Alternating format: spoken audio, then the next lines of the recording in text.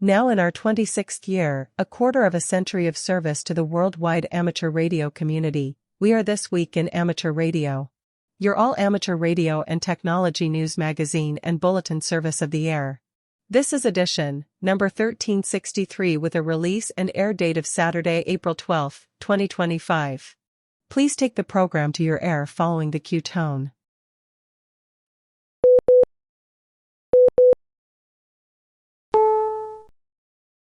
Heard every week on the amateur radio bands all around the world, broadcast on low-power AM and FM stations across the country, and podcast on the internet since 1993, we are This Week in Amateur Radio, the worldwide premier amateur radio and technology news magazine and bulletin service of the air. Here are the stories for release around the earth as we come to air with edition number 1363 of This Week in Amateur Radio. The Radio Amateurs of Canada announced that they will not be attending this year's Dayton Hamvention. Mystery surrounds the licensing of 3 pending new high-power shortwave stations in the United States, with 2 of them located in Illinois. The ARRL Iowa section wins a ham radio exception to the state's new hands-free driving law. Tennessee amateurs rise up as amateur radio gains traction after deadly tornadoes. Ford Motor Company patents new technology to support AM radio in electric vehicles. Amateur commenters are worried about the future of amateur radio as the FCC's NPRM on restructuring all of the FCC rules and regulations proceeds through its comment period. 2 wins for Starlink this week as the FCC grants their satellites a transmit power increase, and receive approval for Starlink Wi-Fi on United Airlines. The City of Ottawa issues a World Amateur Radio Proclamation. Efforts are underway to save 2 of the century-old Marconi radio towers in Canada. The Voice of America fights its way back on the air. The FCC is looking for viable alternatives to the present global positioning system. We will have this month's Volunteer Monitoring Report. CQ Amateur Radio Hall of Fame is seeking nominations. And we will have a mystery story for you about copper theft. All this and a lot more is straight ahead in this week's edition of This Week in Amateur Radio. These headline stories will come to you in a moment, along with this week's special features. We'll visit with Bruce Page, KK5DO, and get an update from AMSAT and what's new with all those amateur satellites in orbit. Australia's own Onno Ben Shop, VK6FLAB, and Foundations of Amateur Radio will answer the question, what is amateur radio really about? Our own amateur radio historian, Will Rogers, K5WLR returns with part 1 of a brand new edition of A Century of Amateur Radio. This week, Will takes us aboard the Wayback Machine to the mid-1920s to witness amateurs' continued efforts to get their signals across the Atlantic in an episode called Crossing 2, Androsen. We will stop by and visit with Bill Salyers, AJ8B in the DX Corner, with all the latest news on DXpeditions, DX, upcoming radio sport contests, and more. That's all straight ahead as North America's premier amateur radio and technology news magazine and bulletin service, This Week in Amateur Radio, takes to the air. Right now. Reporting from our headquarters studio in Albany, New York, where we woke up to 3 inches of fluffy white snow this morning, this is W2XBS. And from our news bureau in Naugatuck, Connecticut, where we had sleet this morning and we're still waiting for spring to finally get here, I'm Steve Sawyer, K1FRC. And reporting this week from my ham shack in Cortlandville, New York, where you may hear a couple of stray meows now and then. Don't worry, it's just Fidget the cat not leaving me alone to record. I'm Chris Perrine, KB2FAF. And reporting from our news bureau in Knoxville, Tennessee, fresh back from Rarsfest in Raleigh, North Carolina, I'm Josh Marler, AA4WX. Reporting from our news bureau in Salem, Ohio, this is Denny Haight, NZ8D. And reporting live from the warm and humid Space Coast in Florida, I am Ed Johnson, W2PH. Reporting from our news bureau in Lebanon, Tennessee, where I'm waiting for another round of tornadoes to bore down upon me, I'm Al Shepard, WK8W. And reporting from our Troy, New York News Bureau, where the April showers are upon us, I'm Eric, Kilo Delta 2, Romeo Juliet X-Ray. And reporting from our Catskill Mountains outpost in western New York, where Old Man Winter is finally supposed to leave today, or tomorrow, or maybe the next day. We'll let you know. I'm Don Hulick, K2ATJ. And reporting from our somewhat soggy news bureau in Fayetteville, Arkansas, I'm Will Rogers, K5WLR. Leading off our news this week, at its meeting on March 27, 2025, the Board of Directors of Radio Amateurs of Canada voted unanimously to cancel RAC's plans to operate a booth at Hamvention, better known as Dayton, in Xenia, Ohio, in May. The decision was announced in a release from RAC President Alan Boyd, Victor Echo 3, Alpha Juliet Bravo, Victor Echo 3, Echo Mike. He went on to say that this decision was not taken lightly and was made with deep regret, as our members and volunteers always look forward to attending this significant international event. The relationship between Canada and the United States has become increasingly strained due to recent trade disputes and tariffs imposed by the U.S. government. Adding to those challenges, controversial remarks from U.S. leaders, including suggestions of Canada becoming the 51st state, have heightened concerns about Canadian sovereignty. For Canadians, these tensions have had tangible impacts, and there's been a decline in cross-border travel and tourism. It is a complex and evolving situation, but it is our hope that we'll be able to return to Hamvention in future years, and we hope that Canadian amateurs who do attend the event will have a safe and enjoyable experience. The FCC granted 2 new construction permits, or CPs, and 1 new license in the high-frequency international broadcast band, known to most as the shortwave band, to U.S. operators.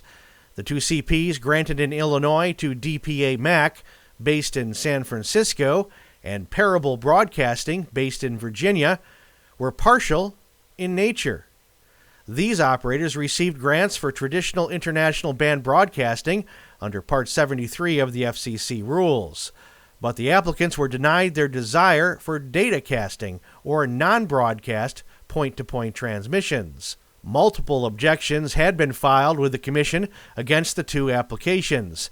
They questioned how such data transmissions could be received by the general public, as such licenses are intended. We find that a partial grant of the application is in the public interest, as it would enable the general public in foreign countries to directly receive programming, the Commission wrote in its CP grant to Parable Broadcasting. Parable was granted the call sign WPBA. A group called the High Frequency Parties had filed an objection with the FCC regarding the Parable application. Persons wishing to conduct commercial HF point-to-point messaging for third parties should do so in a radio service dedicated to that function, they wrote in their objection, and if none exists, they should petition the FCC to create or reinstate such a service. The Commission concurred. Such encoded data would render the transmitted signal incapable of being received by the general public in other countries and not enjoyable as an international broadcast service, it wrote in granting the 2 permits. Parable Broadcasting had filed for a construction permit in April 2020 for the station from Batavia, Illinois, while DPA-MAC filed in December of that year for one in Maple Park, Illinois. Both communities are within 50 miles of Chicago, west of the city. The third station, granted call sign WIPE and filed by Terms Tech, which is based in New York City, is farther along. It has been granted a license as opposed to a construction permit as of January of this year. Terms 2 filed for its application in 2020. All 3 applicants wish to use the Digital Radio Mondial or DRM standard. The Shortwave Modernization Coalition filed a petition in 2023 to amend existing FCC rules to allow distance non-voice communications between 2 and 25 megahertz. The SMC petition goes on to explain how frequencies in the under-licensed band are the optimal medium for fixed, long-distance transmissions of time-sensitive data. Amateur radio operators raise concerns of interference produced by an HF band full of financial traders. The ARRL has already made its feeling against the service known. Cobb mentioned that operators already are familiar with unidentified high-power transmissions detected in or adjacent to the amateur radio bands. The U.S. Coast Guard also placed concerns of interference in the 2 to 25 megahertz band. These stations have proposed using digital modulation with 50 kilohertz bandwidths and 20,000 watts of power. Much would need to transpire to produce a shortwave reawakening, but the outcomes of these 3 grants will have quite a few people watching. You're listening to North America's premier amateur radio and technology news magazine of the air. We are This Week in Amateur Radio, distributed worldwide at twiar.net.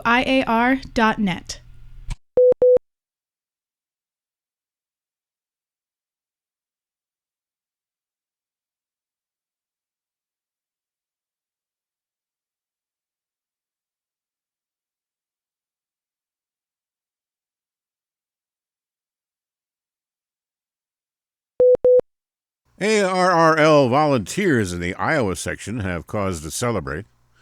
Their state-local advocacy work on behalf of amateur radio has resulted in an exception to the state's hands-free law that covers ham operators. John Ross, KD8IDJ, is here with all the details. Iowa Senate Bill File 22, a bill addressing distracted driving, had been in development since 2020.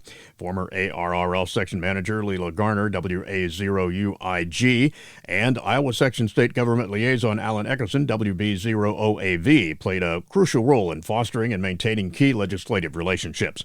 Over the course of 5 years, they navigated the legislative process to ensure the continued exemption for amateur radio operators. Being proactive about sharing the good work amateur radio operators do was key. We presented a carefully crafted exemption proposal backed by evidence of our contributions as a radio service, said Garner.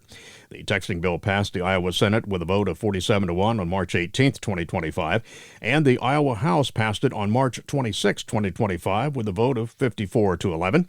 On April 2, 2025, it was signed by Governor Kim Reynolds and goes into effect July 1, 2025. The process encouraged Eckerson. Every legislator I spoke with appreciated the public service that licensed amateur radio provides. They also acknowledged that the responsibility demonstrated by amateur radios was great, and I was impressed by their willingness to exempt amateur radio from the texting bill, and was so humbled that we have a duty to preserve this awesome reputation. I'm John Ross, KD8IDJ. The COVID-19 pandemic and political opposition to the measure ground the bill to a halt, but the ARRL Iowa section volunteers continue to engage in the process and ensure that amateur radio is represented as the legislature finally took the bill back up. The final language of the bill included the provisions of the subsection do not apply to a person using a two-way radio transmitter or a receiver who's licensed with the FCC in amateur radio service. The Federal Communications Commission this week launched an inquiry to explore commercial technologies that would complement the global positioning system. Although GPS is indispensable to America's economic and national security, it represents a single point of failure that can be vulnerable to disruption or manipulation by our adversaries. That is why leaders from President Trump to Chairman Cruz and Senator Markey have called to develop alternative systems that provide position, navigation, and timing data, referred to as PNT data. PNT data is integral to countless military, public safety, agricultural, and commercial activities. Because the American economy and national security depend on GPS as the sole source of PNT data, the U.S. government has shown great interest in developing resilient backups that would protect critical operations from any disruption in GPS signals. The Notice of Inquiry adopted today examines how the Commission might foster GPS complements and alternatives.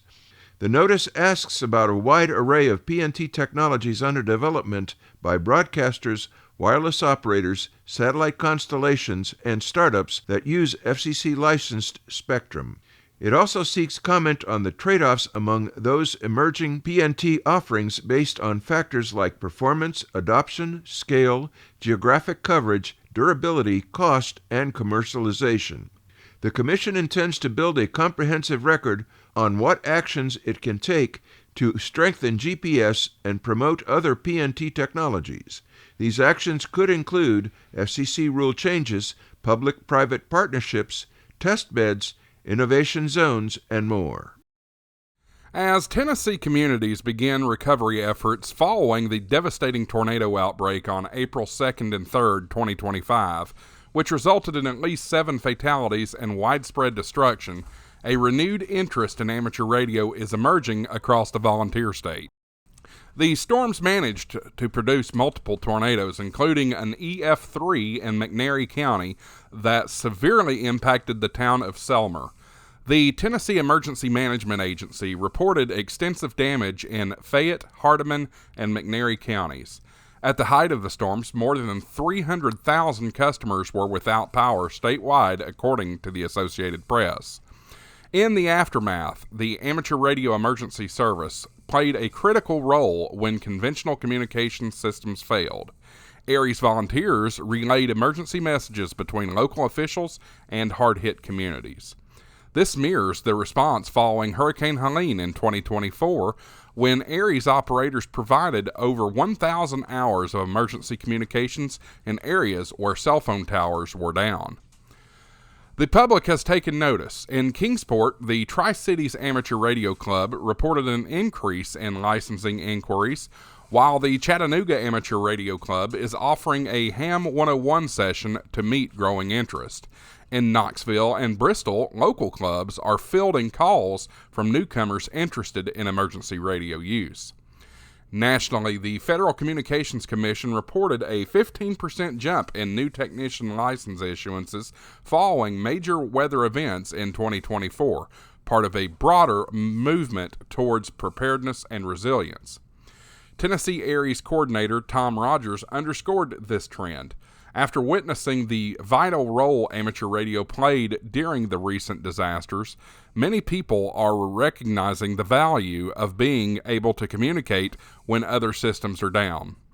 As the state rebuilds, the growing amateur radio community is proving to be more than a hobby. It's becoming an essential tool in Tennessee's emergency response network.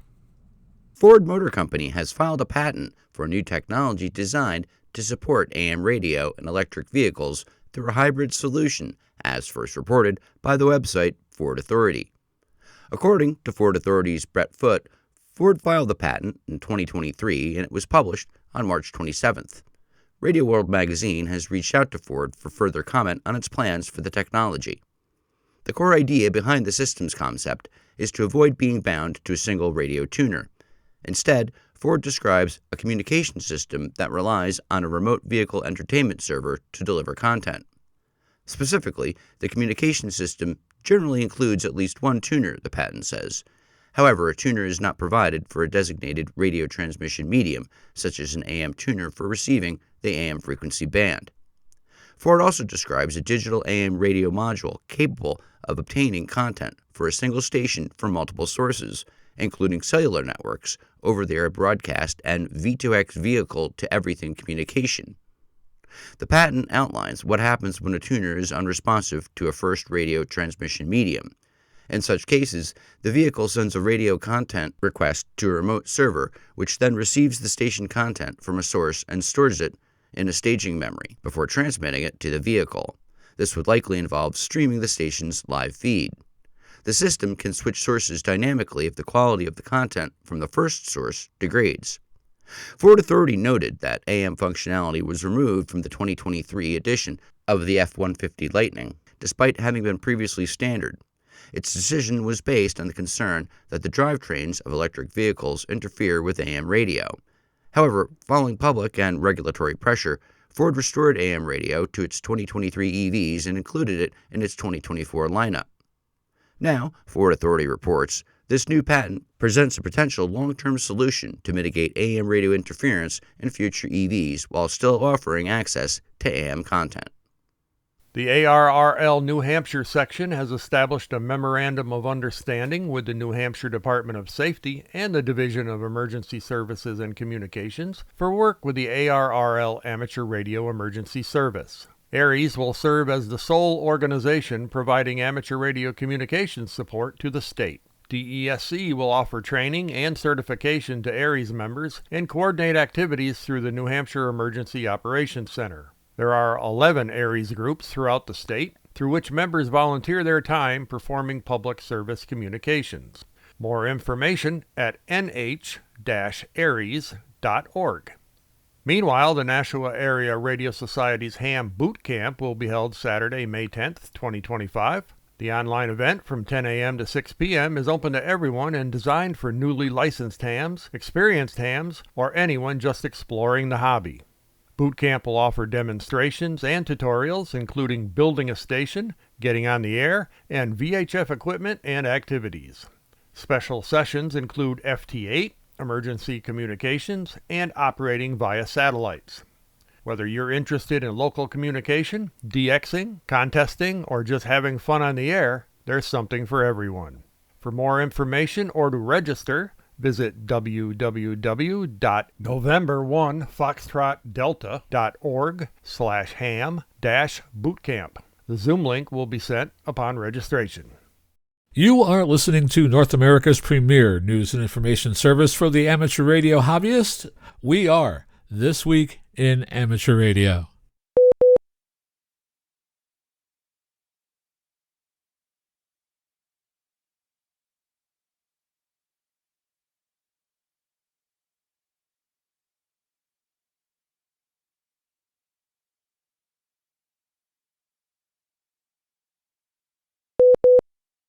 It is time for the monthly Volunteer Monitor Program report. The Volunteer Monitor Program is a joint initiative between ARRL and the FCC to enhance compliance in the amateur radio service. Here is this month's activity report of the Volunteer Monitor Program. A commendation was issued to an operator in Indiana for exceptional CW operation and to an operator in Michigan for exceptional courtesy in choosing a frequency for net operation during crowded band conditions. A commendation was issued to an operator in New Jersey for exceptional operation as net control of a net meeting daily on 7.255 MHz. A technician class operator in Texas received an advisory for FT8 operation on 20 meters. Technicians have no privileges on 20 meters. A technician class operator in New York received an advisory for FT8 operation on 15 meters, a band on which there are no technician privileges. A Delaware technician class operator received an advisory for FT8 operation on 12 meters, which allows no technician operation. An operator in California received a second advisory regarding operation with an expired license. An operator in Tennessee received an advisory for operation on 7.200 MHz with a signal that extended from 7.194 to 7.205 MHz. Section 97.307 Subpart A of the Commission's rules states, no amateur station transmission shall occupy more bandwidth than necessary for the information rate and emission type being transmitted, in accordance with good amateur practice. Operators in Florida and New Jersey received advisories for lengthy periods of operation, with no identification.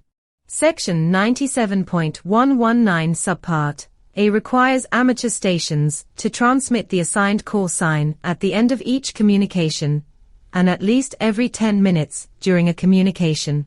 Operators in Louisiana and Arizona received advisories for operation with expired licenses. A commendation was issued to an amateur in Simpsonville, South Carolina, for exceptional operating skills and courtesy on 7.210 MHz. A commendation was issued to an operator in Etna, Wyoming, for exceptional net control operation and courtesy in the Wyoming Cowboy net meeting on 3.923 MHz. Technician class operators in Mississippi, Maine, and Florida received advisories for FT8 operation on 20 meters.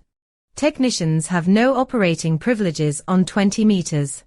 A technician class operator in Texas received an advisory for FT8 operation on 17 meters. Technicians have no operating privileges on 17 meters. A technician class operator in Florida received an advisory concerning FT8 operation on 15 meters. Technicians have only CW privileges on 15 meters. An operator in Ohio received an advisory for extended transmissions on 40 meters with no FCC required identification. An operator in Virginia received an advisory for deliberate interference and harassment on 3.933 MHz. and was advised of the FCC forfeiture amounts for such operation. The operator was also advised that such operation would be an issue in any license renewal proceeding. There was 1 FCC meeting and 3 case referrals from the FCC for monitoring. The totals for this reporting month were 1,896 hours on HF frequencies and 2,302 hours on VHF frequencies and above, for a total of 4,198 hours. Additionally, for the year 2024, volunteer monitors reported 21,331 hours of monitoring on HF frequencies and 27,545 hours on VHF frequencies and above, for a total of 48,876 hours for the year. We thank Volunteer Monitor Program Administrator Riley Hollingsworth, K4ZDH, for this month's report. Nearly 300 commenters have already flooded the FCC's website since Chairman Brendan Carr asked for public input on ways to eliminate the Commission's burdensome regulations. Experts say much of the FCC work will likely focus on commercial broadcast, but it could bring changes for amateur radio, too. A number of the comments received so far have focused on amateur radio and the fear that ham radio could be at risk. The possible loss of spectrum is among the concerns. There are approximately 700,000 licensed amateur operators in the United States. Supporters say amateur radio operators are a valuable asset during times of emergency response when other forms of communication are often compromised. In a review of responses from the ham radio community in the docket, many advocate for keeping the current licensing requirements for amateur radio in place. Sean P. Carlson, KF0IBC, told the Commission that the reduction of regulations and easing of administrative burden is admirable and important, but it's also important, however, to maintain some regulations to ensure efficacy and prevent the abuse of shared resources. In the case of amateur radio, I would strongly encourage the Commission to keep the license structure in place and retain the frequency allocations provided to amateur radio operators today, Carlson said. John Fisk, a licensed amateur operator since 2006, says amateur radio is more than a hobby. It's a community. He requests the FCC to consider keeping all the license testing requirements in place. Fisk commented that all of us who hold any level of license worked hard to achieve one. To remove the licensing requirements could create an issue similar to the CB ban and render the amateur radio frequencies nearly useless, he told the Commission. Fisk also asked the FCC to keep the current band plans, especially in the HF and VHF spectrums. He says recent disasters throughout the United States and the world have highlighted the need for amateur radio operators. We spend a large amount of time and resources to make sure our stations and systems are ready to operate at any time. In closing, remember that amateur radio provides an essential communication tool for our nation and our communities. To reduce or eliminate the parts of the radio spectrum we use would reduce our ability to serve our nation and communities in times of need, Fisk said. Jim Reed from Ham Radio Prep said on a recent episode that certain ham bands, like 900 megahertz, could be at risk of being repurposed and put up for auction for wireless services. He said he doesn't believe that it'll happen, but the 220 megahertz band is another area for the ham radio community to watch. Florida resident Carl Brink said he understands the value of having a dispersed, robust communications network. He writes in his comments, deregulating amateur radio bands is not in the best interests of the public. Commercially available bands have much more bandwidth than they need, and this would reduce a vital free public service staffed by trained volunteers. Meanwhile, not all commenters are in favor of maintaining the current licensing structure for amateur radio in this country. Rusty Shackelford says he's in favor of opening up ham radio. There should not be a license requirement. It should be seen as free speech. And also, federal agencies don't make law. Bureaucrats and their rulemaking is unconstitutional. Congress must be the only ones who make law, and executive agencies enforce the law. Then the courts judge it when it's enforced. The FCC is unconstitutional when they make, judge, and enforce their own rules. I like ham radio, but the requirement of a license is wrong, Shackelford told the commission. Comments to the commission from Peter Gill, KJ5EGO, indicate he has reached a similar conclusion. The three-tiered license process is a burdensome regulation for amateur radio operators, and the current license structure limits innovation and prevents licensed operators from serving their country and community in times of disaster. Gill proposes streamlining licensing so that the number of licensed tiers be reduced to two, general and amateur extra, and to convert all current technician, novice, advanced, and tech plus licenses to general status. These people make up 51% of the licensed amateurs in the United States, said Gill.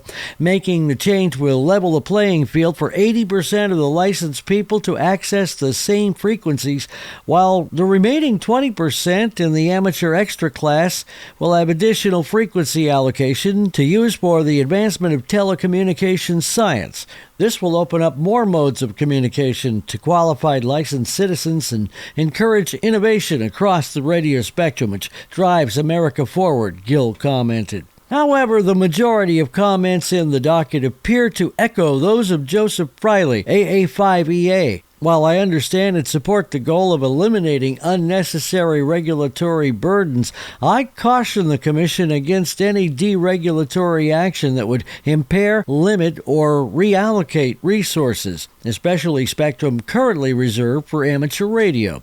Amateur radio is not a legacy system. It's a living, breathing national asset. It operates at no cost to the taxpayer while providing immense value in terms of public safety, technical innovation, emergency communications, and educational outreach, Friley said. Friley concluded his comments by telling the Commission that one of the benefits of ham radio is the new innovations it can bring to communications technology. Countless careers in electrical engineering, communications, cybersecurity, and aerospace trace their origins to amateur radio. It's often a gateway to American innovation, and far from being obsolete, hams today are experimenting with mesh networks, SDR, digital modes, satellite relays, and weak signal propagation. The FCC has set April 28th as the deadline for reply comments. All filings on the FCC website should be made in reference to docket number 25-133. The ARRL is also expected to file comments, taking into consideration feedback from its members. You are listening to This Week in Amateur Radio, available as an on-demand stream from Spotify, Deezer, and wherever podcasts are available.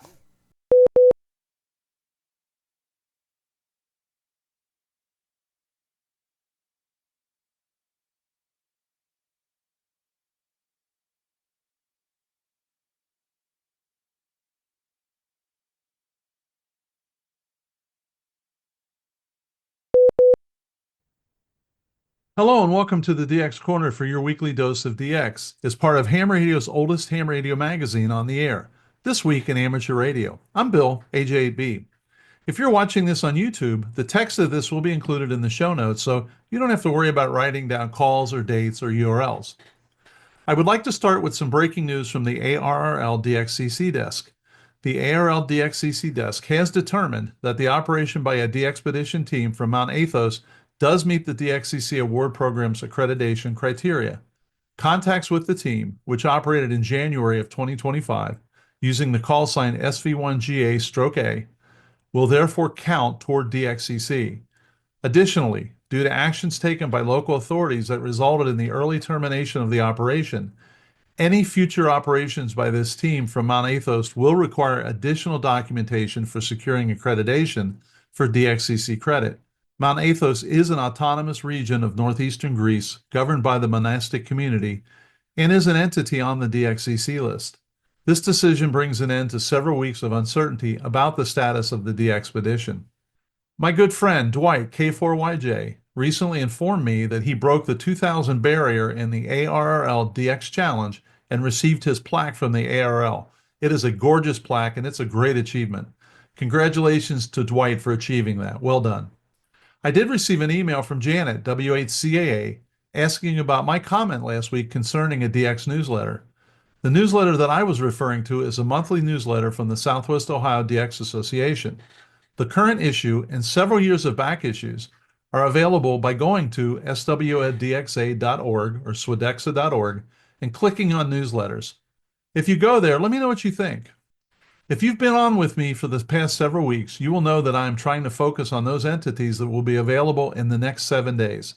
There's so much data to sift through that I thought a focus on just the next 7 days might be helpful. So the following DX information comes from Bernie, W3UR, editor of the Daily DX, the Weekly DX, and the How's DX column in QST. If you would like a free 2-week trial of the Daily DX, your only source of real-time DX information, just drop me a note at thedxmentor@gmail.com, and I'll make it happen. Well, here's what should be on in the coming week. Let me know how many of these you're able to work. DP0 VGN has been QRV on 6 meters from Antarctica. DL2 ALY Alex wrote to Bernie, W3UR, that this was just a quick try in the last few days, and it works surprisingly well. Alex is using an IC 7300 at 100 watts with an EcoFlex 15 and a broadband dipole. He switched to another station in a container outside with a Yaesu FT450, a vertical 6-meter delta loop, and a 10-meter EcoFlex. So Antarctica on 6 meters is a big deal, so you might want to keep your ear out for that one. An activation in Botswana by Luke, ZS6LUK, is currently underway.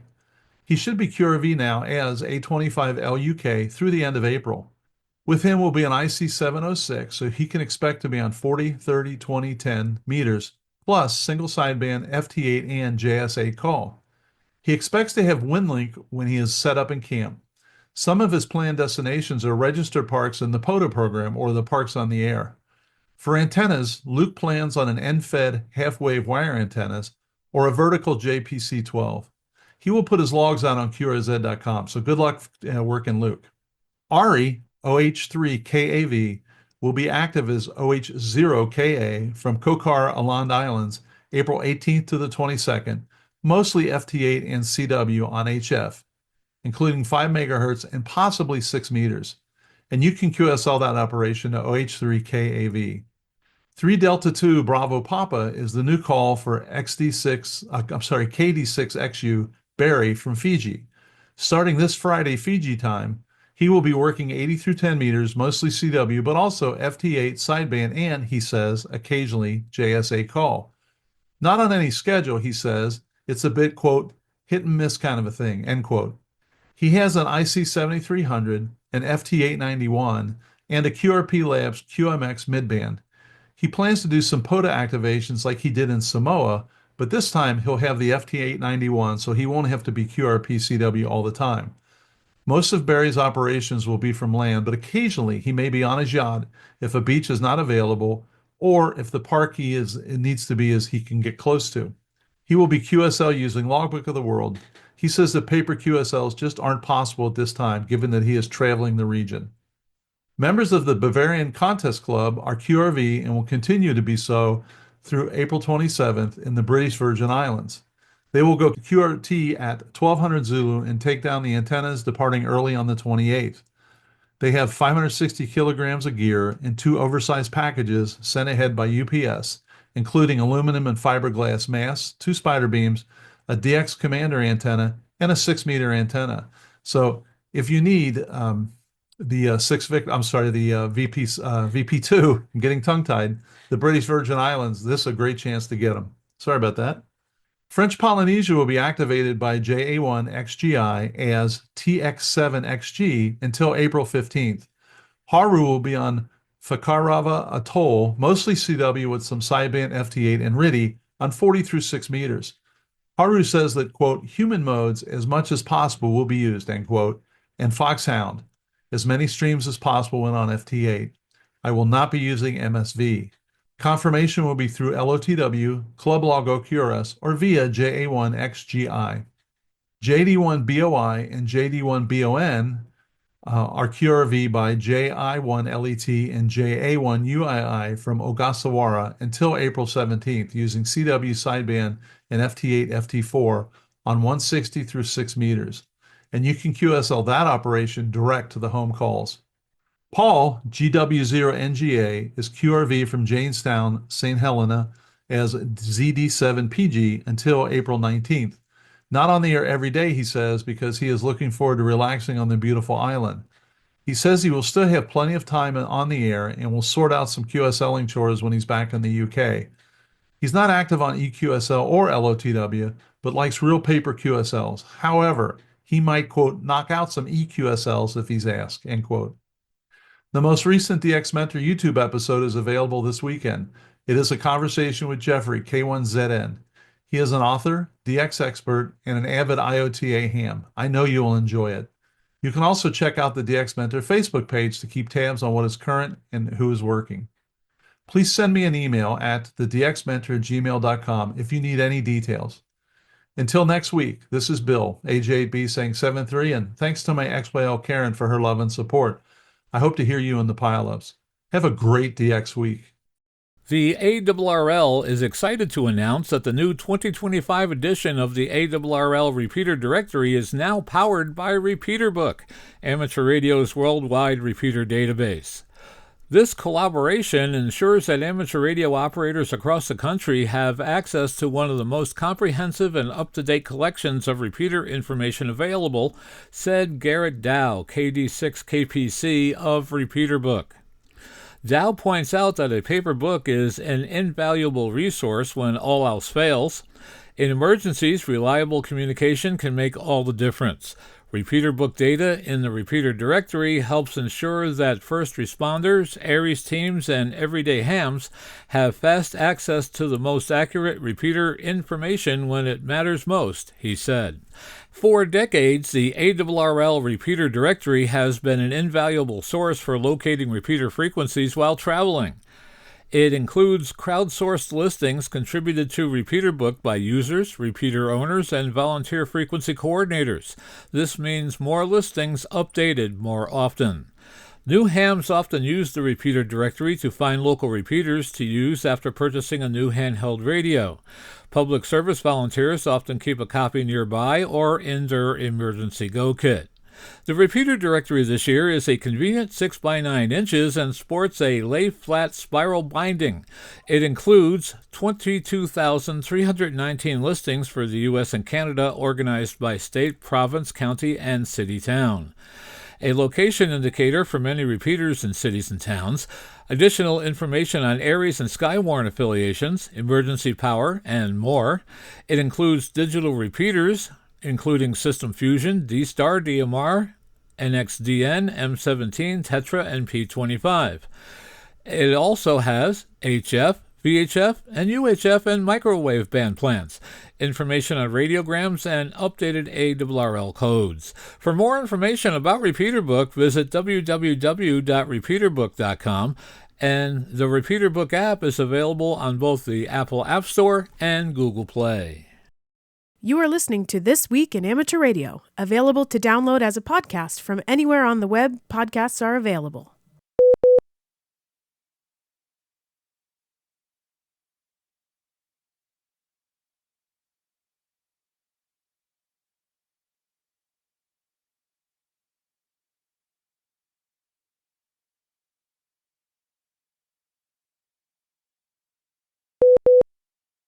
Welcome to the 34th segment of Ham Radio History, a century of amateur radio. Ham's organizations, events, inventions. I'm Will Rogers, K5WLR. Our appreciation goes out to Chris Cadella, W2PA, for his permission to use his website for the production of these segments. Now sit back and enjoy the next chapter of Ham Radio History. Crossings 2, Ardrossan. Paul Godley slept well during his 6th-day Atlantic voyage, catching up on the sleep he lost during the intense organizing activities in the run-up to the transatlantic project. Arriving in England on 21 November 1921, he was unexpectedly met by H.J. Tattersall, superintendent of the Marconi Company in Southampton, who helped him deal with various customs problems. A recently imposed import duty would have caused his equipment to be held up for weeks. Instead, they negotiated for Godley to leave a $100 deposit to be returned when the equipment again exited the country. Moving on to London, he attended meetings of the Wireless Society and the Royal Society of Arts. There, he heard a lecture by Fleming and met other people prominent in radio, including Marconi, who expressed confidence in his ultimate success and asked Godley to pass on his regards to the American amateurs, telling him, "I too am but an amateur." A group of local hams arranged a dinner in Godley's honor, where he was surprised to meet two OWs among the attendees. Despite the group's hospitality, he still detected in their demeanor that the British hams were unable to decide whether I was just a nut or whether I was really confident of our ability to put the thing over. An article appeared in the London Star on 30 November describing the events leading up to the test. Its author asserted that Americans blamed the failure of the February tests on incompetence of the British hams as well as QRM from oscillating regenerative receivers, and that was why they had sent over one of their hardest of hard-boiled hams with a brand new bag of tricks and their good wishes. "He will show us how it should be done," they wrote. Godley later remarked dryly, "And now you know why I went to Scotland." Godley had the opportunity to have a broad discussion of amateur radio with E. H. Shaughnessy, chief engineer for the wireless section of the General Post Office, GPO, the main radio authority in Britain, and the body responsible for the severe operating restrictions in effect at the time. The official believed that wireless operation, such as existed in the U.S., could not work in Britain because of the island's comparatively small size and its proximity to foreign countries. They would have to consider effects on international communications. He was also amazed at the rapid development of radio-telephone broadcasts in the U.S. and dubious of such a possibility in Britain. Despite Shaughnessy's skepticism, Godley was confident that eventually the restrictions there would be lifted once the British public began to understand the possibilities of radio in public hands. It was something he was certain had not yet been fully grasped in the U.S. either, even by amateurs, writing, "I wonder if even here in America we amateurs realize that today the state of the art makes it possible for the President of these United States to speak directly to every citizen in the land. One's imagination cannot help but see the immense value of such an arrangement during times of national peril." He fully appreciated the impact a successful transatlantic crossing could have. At the Wembley Park home station of Commander Frank Phillips, one of his English hosts and designer of the Grand Prize Burndept 3 receiver, Godley set up some of his equipment to have a listen to the local radio environment. He did not like what he heard. Below about 275 meters, harmonics from high-power commercial stations filled the London airwaves. On one GPO station in particular, he was amazingly able and highly amused to count 39 harmonics. He was also surprised and dismayed to hear the high level of QRN, which was mostly non-existent during winter in the States. The harmonic QRM, the intense QRN, and 5 days of foul weather in London all convinced him to move to Ardrossan, a small fishing village 20 miles west of Glasgow in Scotland, a site he had already chosen as an alternate. The Londoners warned him just how miserable Scotland would be at this time of year, including the ill effects of the Scotch whisky, which one would most certainly be unable to dodge. But his mind was made up. He now needed a permit extension to be able to operate a receiver in Scotland. After failed attempts by British test organizer Philip Corsie and others to get one, Godley decided to go to the GPO himself and managed to see an assistant secretary named J.W. Wissenden, who, after intently listening to his story, was able to get the permit issued and arranged for it to reach Glasgow in time for the planned start of operations. The permit was reprinted as part of Godley's article in February 1922 QST. On his way north, Godley took a side trip to Aberdeen at the request of the RCA committee investigating the 2QR reception report. His visit partly contributed to their eventual findings.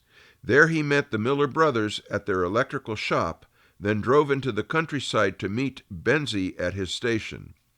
Impressed with Benzie's antennas and enthusiasm, in spite of being handicapped by a lack of sophisticated equipment, Godley later wrote, he had the bug badly and would come nearer to feeling at home were he to be suddenly dropped into the thick of amateur activities on this side than any other whom I met.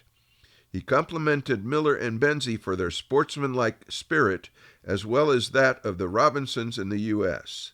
The British amateurs' consensus view seemed to be that the two had very likely only heard a British amateur station. Arriving in Glasgow on Saturday evening, 3 December 1921, Godley slept late into Sunday morning in an attempt to shake off an oncoming head cold. The temperature was near freezing there, and his hotel room at the Central Station Hotel was unheated.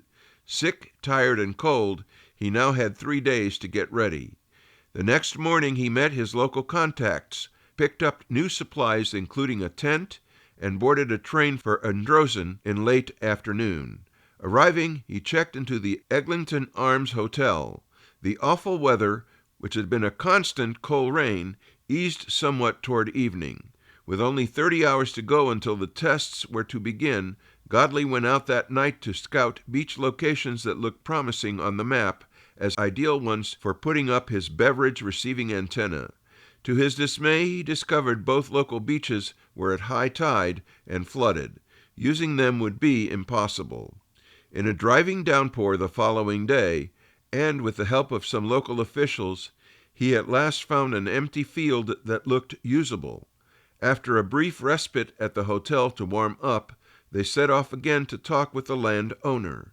I had been congratulating myself all along on the good fortune of having 2 interpreters with me, he wrote, because I must admit I found considerable difficulty in understanding English as spoken in Scotland.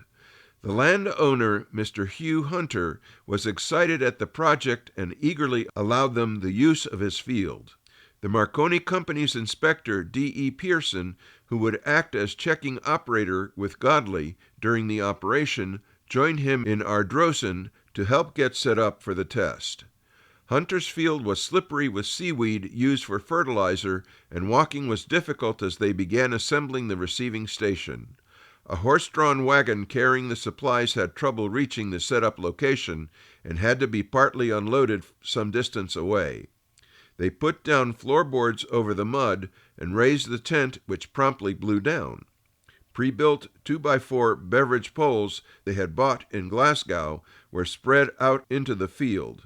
They had prepared enough poles and wire for a 1,300-foot beverage wire, 12 feet up, along a line oriented 26 degrees north of west, directly towards 9ZN. By 4 p.m. it was dark and still raining, but they continued to work until 6:30. Later that evening, back at the hotel, Godley connected a receiver to a 60-foot antenna wire and heard many 600-meter stations and far less noise than in London. Exhausted and disappointed at not getting operational as originally planned, he retired for the night, at least reassured that the improved on-air conditions had justified his move. Included in this material are quotes from the following: Paul F. Godley, Official Report on the Second Transatlantic Tests, QST, February 1922. Amateurs Send Radio Far, The New York Times, December 20, 1921. With our thanks to Chris Cadella, W2PA, for granting us permission to use his website, Ham Radio History, A Century of Amateur Radio, Ham's Organizations, Events, Inventions, in the preparation of this segment, I'm Will Rogers, K5WLR, reporting for This Week in Amateur Radio. We pause for stations along the network to identify. We are This Week in Amateur Radio, available as a stream to your favorite digital device on Spotify, TuneIn.com, Overcast, iHeartMedia, and wherever you download your podcasts.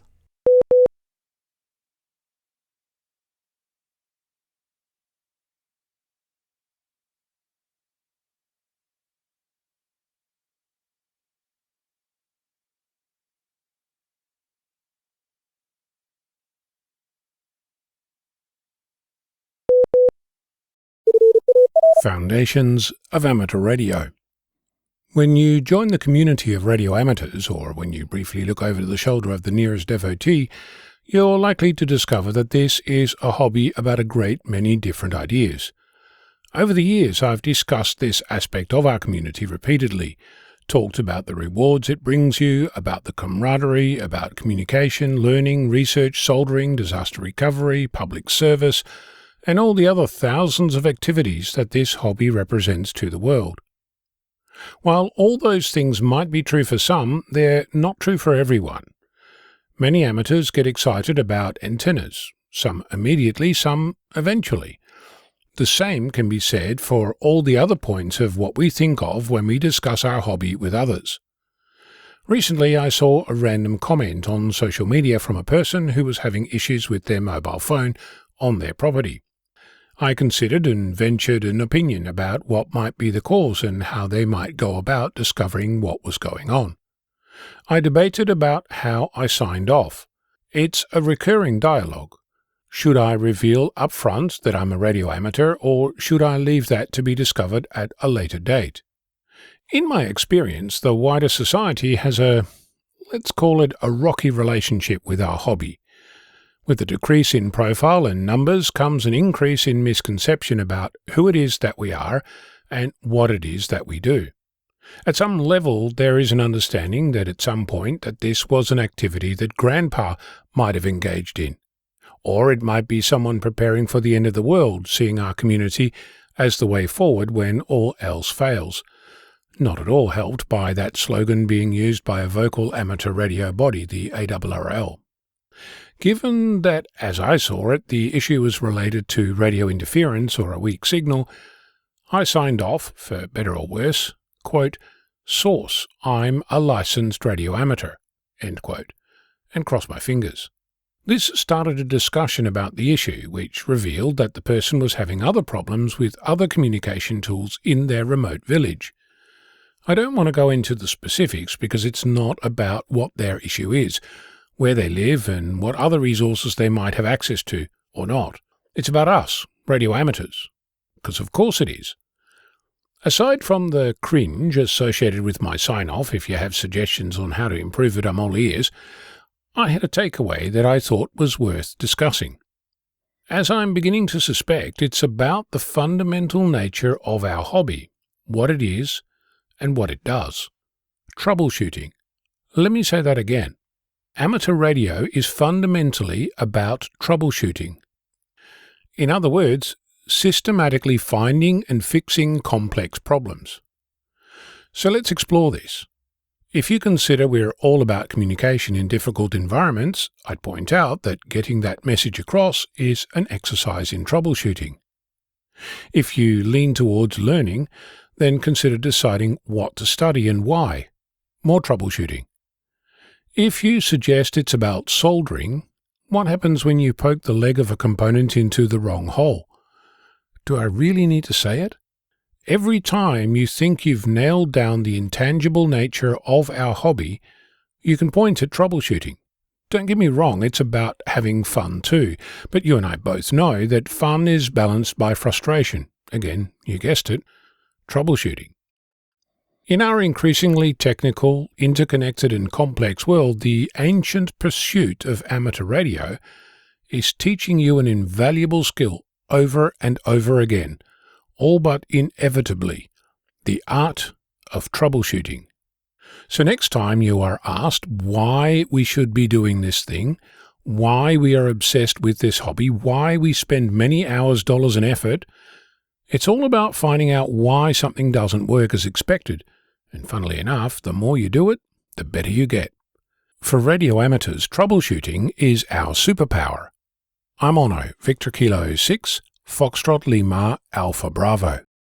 Recent efforts by the Trump administration to defund and shut down international news organizations, like the Voice of America, have hit some roadblocks this past week. On Friday, a Manhattan federal judge temporarily blocked the White House from silencing the VOA, according to a blog post by legal news service Law 360. After a morning hearing, U.S. District Court Judge J. Paul Wetkin issued a temporary restraining order saying the funding that was cut by the U.S. Agency for Global Media, VOA's parent company, was a classic case of arbitrary policymaking. Radio Free Asia, another international news organization, is also seeking court action to halt its shutdown. A group, including 6 VOA journalists, filed a federal lawsuit on March 21st to halt the cuts by the United States Agency for Global Media, or USAGM, which is the federal agency overseeing all U.S. civilian international media. The plaintiffs in their suit cited the lawlessness and discriminatory animus of USAGM's actions as a reason for the court's needed intervention. The VOA employees, which includes VOA's White House Bureau Chief Patsy Widakuswara, specifically named Victor Morales, CEO of the United States Agency for Global Media, and the government agency's special advisor, Carrie Lake, in their suit. They also cited President Trump's longtime displeasure with the news coverage disseminated by USAGM networks worldwide. Voice of America Director Michael Abramowitz also sued the Trump administration in different jurisdictions and asked the court to halt the dismantling of the government-funded media outlet. Abramowitz said it was unlawful to deny VOA its congressionally appropriated funds. The president's executive order in mid-March that cut off funding from USAGM effectively shuttered VOA's operations. As a result, more than 1,300 journalists and producers were placed on administrative leave. VOA content is produced in 49 languages and is broadcast on satellite, FM, AM, and shortwave. The news service broadcasts more than 2,300 hours of radio and television programming each week, reaching a measured global audience of 354 million people according to its website. It also reaches audiences via the web and social media platforms. VOA, which has been in operation for 83 years, has been accused by the Trump administration of broadcasting taxpayer-funded radical propaganda. The defunding was part of a larger effort by the White House to cut government spending on international news media through a series of executive orders. Earlier this week, a different federal judge issued a restraining order to halt the freezing of funding for Radio Free Europe and Radio Liberty. However, in the case of Radio Free Europe and Radio Liberty, the Trump administration restored the funding for fiscal year 2025 on Thursday. Radio Free Europe and Radio Liberty have been on the air since the beginning of the Cold War. Meanwhile, yet another independent international news organization is asking a court to bar the termination of its funding. Radio Free Asia, or RFA, filed a lawsuit Thursday in district court saying USAGM does not have the authority to withhold appropriated funds. According to the latest suit, Congress directed that USAGM provide RFA its appropriated funds via grant agreements. USAGM has nevertheless refused to grant or disperse the appropriated funds on the basis that the grant no longer effectuates agency priorities.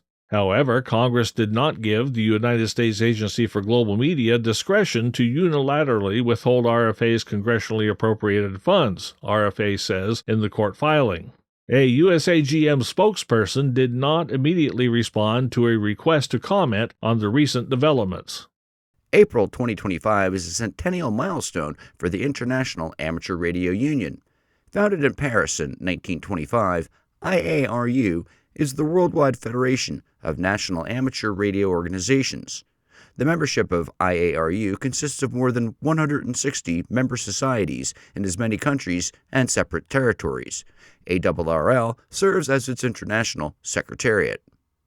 Each year, World Amateur Radio Day on April 18th honors this global organization of goodwill. IARU has chosen the theme of A Century of Connections, celebrating 100 years of amateur radio innovation, community, and advocacy for World Amateur Radio Day 2025. ARRL's Ham Radio Open House is centered around sharing the international asset of amateur radio with the public. Radio knows no borders, and all are welcome to be part of ham radio. Find or host an ARRL Ham Radio Open House in your area to help share it in your community. We pause for stations along the network to identify. We are This Week in Amateur Radio, your amateur radio and technology news magazine of the air, available as a podcast on iTunes, Google Play, iHeartMedia, and Spotify.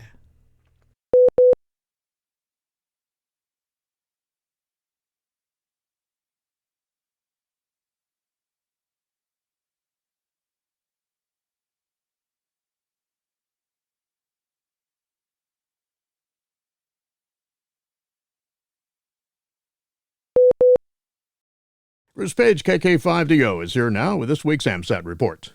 Bruce? Thanks, John.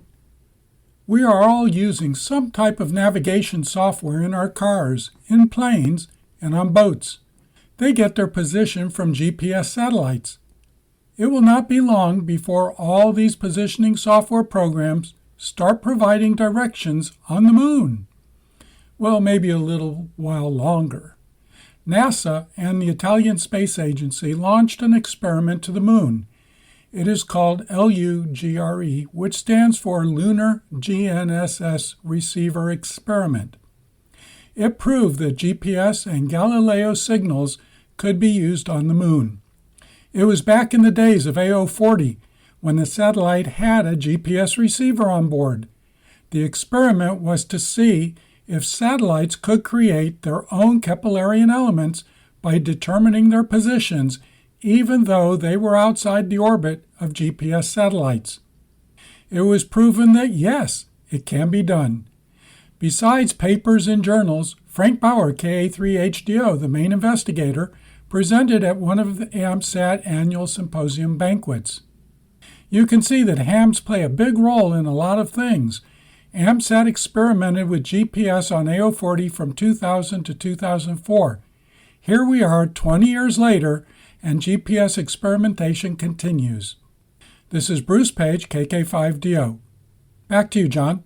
And thanks, Bruce, for that report. It is time for the weekly solar weather and propagation forecast.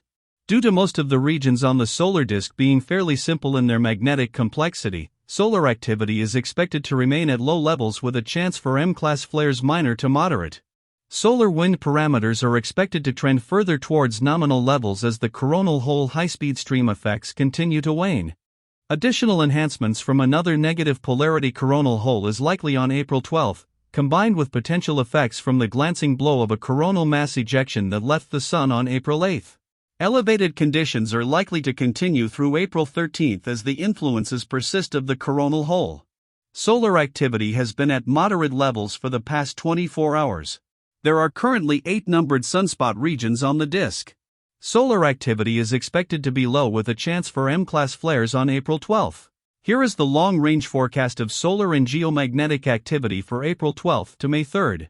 The declining trend in solar flux and activity is expected to bottom out around April 15, after which a slowly increasing period is expected. The anticipated return on April 22 of the active longitudes that gave rise to region AR 4046, which was responsible for X-flare activity, should bring solar activity to moderate and occasionally high levels through the end of the forecast period. No proton events are expected at geosynchronous orbit until the expected increase in flare activity beginning on April 22. Then there will be an increasing chance for an isolated proton event as the more potent regions approach the west limb by the end of the forecast period. Flux will subside to moderate levels after April 12 as the effects from the fast stream wane. April 19 is expected to bring a return to high levels, again in response to another recurrent fast stream. The elevated conditions are expected to remain through April 28 before returning to moderate levels. Geomagnetic field activity is expected to be primarily quiet to unsettled, with an isolated active period, until the return of a recurrent geoeffective coronal hole between April 19 and 21. Active conditions are expected to prevail through April 24 before the fast solar wind stream wanes. For more information concerning radio propagation, visit the ARRL Technical Information Service and read what the numbers mean. A quick guide to HF propagation using solar indices, and check out the propagation page of Karl Lewetzelschwab, K9LA.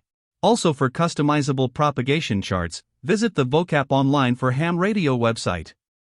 In Radio Sport this week, a lot of great contests. Beginning April 12th, the QRP ARCI Spring QSO Party, that's CW. April 12th through the 13th, there are 8 contests. The JIDX CW contest, CW. The DIG QSO Party, CW. The OKOMDX contest, single sideband and phone. The IGRY Worldwide RTTY contest, that's digital. The Texas State Parks on the Air, CW phone and digital. The New Mexico QSO Party, CW phone and digital, and the North Dakota QSO Party, CW phone and digital, and the Georgia QSO Party, CW and phone. Those are all April 12th and the 13th. On April 13th, it's the ARRO Rookie Roundup, single sideband and phone. April 14th, the 4 states QRP Group Second Sunday Sprint, CW and phone. April 14th and 15th, the 144 megahertz Spring Sprint, CW phone and digital. April 17th and 18th, the Walk for the Bacon QRP contest, that's CW.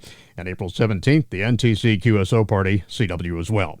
Remember to visit the ARRL contest calendar for more events and information.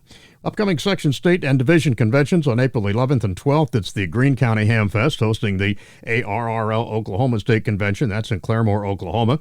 April 25th through the 27th, the Big Bear Ham Escape hosting the ARRL Orange Section Convention in Big Bear Lake, California. April 26th, the Delmarva Amateur Radio and Electronics Expo hosting the ARRL Delaware State Convention. That's in Georgetown, Delaware. And on April 26th, the Spokane Ham Fest hosting the ARRL Washington State Convention, Spokane Valley, Washington. Remember to search the ARRL Ham Fest and Convention database to find more events in your area. There are no more signals from VP8 ADE from Adelaide Island, the ice-covered island off the Antarctic Peninsula's west coast. The last day on the air for the 28 MHz low-power research beacon was the 21st of February. It was put into service in the summer of 1979 at the British Antarctic Survey Base of Rothera. Its tour of duty was originally supposed to have lasted only 3 years as one part of a research program, according to Lawrence Howell, KL7L, who was the base radio operator at the time. The beacon's collection of critical data on global ionospheric propagation at the F2 layer proved so invaluable that it continued operating for another 4 decades. The beacon shared a small wooden hut with a 1950-era aircraft navigation beacon and with research equipment used for ionospheric D-layer scintillation research used by students of ionospheric researcher Dr. Roy Pigott. VP8ADE was proposed by the Radio Society of Great Britain. It was coordinated with the British Antarctic Survey and the Falkland Island Radio Regulator. Special event amateur radio station K8L will celebrate National Library Week 2025, operating from Youngstown, Ohio, between April 11th, 1600 UTC, that's 12 p.m. Eastern Daylight Time, and April 13th, 1600 UTC, 12 o'clock p.m. Eastern Daylight Time as well. Operation will be from various libraries in the Youngstown, Ohio area, mainly on 20 and 40 meters, both single sideband and FT8. More information is available at QRZ.com. The Federal Communications Commission is gearing up to potentially relax radio emission restrictions for Starlink. SpaceX has been lobbying to revise the rules, calling them outdated and detrimental to its satellite internet service. On Friday, FCC Chairman Brendan Carr previewed the agency's agenda for this month, saying one item will seek to unleash even faster and more robust broadband services from space. Specifically, we will look to update our rules in the frequencies commonly known by satellite aficionados as the Ka and Ku bands, he said. Although Starlink wasn't named, the satellite internet service uses both the Ka and Ku radio bands to transmit data. Carr described the radio bands as workhorse satellite frequencies that support the next generation of mega constellations in low Earth orbit. Unfortunately, new innovations have been held back by the FCC's technical rules that we adopted 30 years ago, he added. Power limits developed in the 1990s to protect geostationary satellite systems from interference continue to restrict the performance of non-geostationary satellite systems, even though advancements in sharing technology arguably make the rules of the past no longer necessary. In response, Carr said the FCC will vote to take a fresh look at the decades-old spectrum sharing regime between geostationary and non-geostationary satellite systems in these spectrum bands. Previous FCC Chair Jessica Rosenworcel also called for updating older satellite rules to promote competition, but Carr's statement appears to be a win for SpaceX as well. The company has been urging the FCC to update a specific rule concerning the equivalent power flux density limits, which regulate the amount of energy a satellite can transmit to and from ground equipment. Last August, SpaceX asked the Commission to change the outdated rules. The 25-year-old regulations constrain next-generation satellite services and protect radio spectrum access for older geostationary satellites at the expense of low Earth orbiting systems like Starlink, the company alleged. The revisions would increase satellite coverage and service quality, ensuring that all Americans can enjoy high-speed, low-latency broadband, SpaceX said at the time. They would enhance the consumer's choice by allowing next-generation satellite operators to provide an even more competitive option in the market. Last month, the company also sent another letter to the FCC, which asked for a waiver to the power limit rules as part of the company's proposal to upgrade the Starlink constellation with gigabit speeds. The FCC originally created the rules to protect satellite providers from interference, but SpaceX says it can operate in excess of the current EPFD downlink limits while still protecting geostationary orbit operations in the United States from harmful interference. Still, SpaceX's letter notes that legacy geostationary orbit operators Dish Network, Viasat, and Eutelsat OneWeb opposes SpaceX's request to waive outdated EPFD downlink limits for its operations in the United States. So the FCC's push to revise the rules will likely face opposition from SpaceX's rivals. Last month, SpaceX also received a waiver from the FCC related to radio emissions rules, but for the company's cellular Starlink service for cellular phones. You're listening to North America's premier amateur radio and technology news magazine of the air. We are This Week in Amateur Radio, distributed worldwide at twiar.net.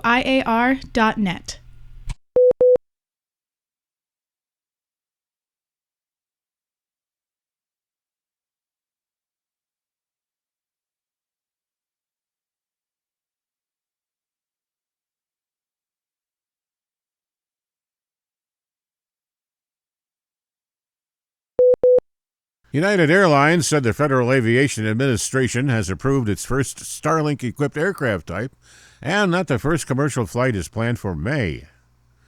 The Chicago-based airline plans to add high-speed Wi-Fi technology to around 40 regional jets per month and expects all 300 planes of that type will be completed by the end of next year. United said it will work with Elon Musk's Starlink to secure FAA approval to install Starlink on more of its 16 United aircraft models. Starlink Wi-Fi service will be eventually available on all of its flights. Last year, United signed a deal with Starlink to provide in-flight internet service across its entire fleet of over 1,000 aircraft over the next several years. Starlink, a unit of SpaceX, has deals with multiple airlines to provide in-flight internet service as it seeks to expand its reach beyond consumers and households in rural areas around the world with little or no internet access.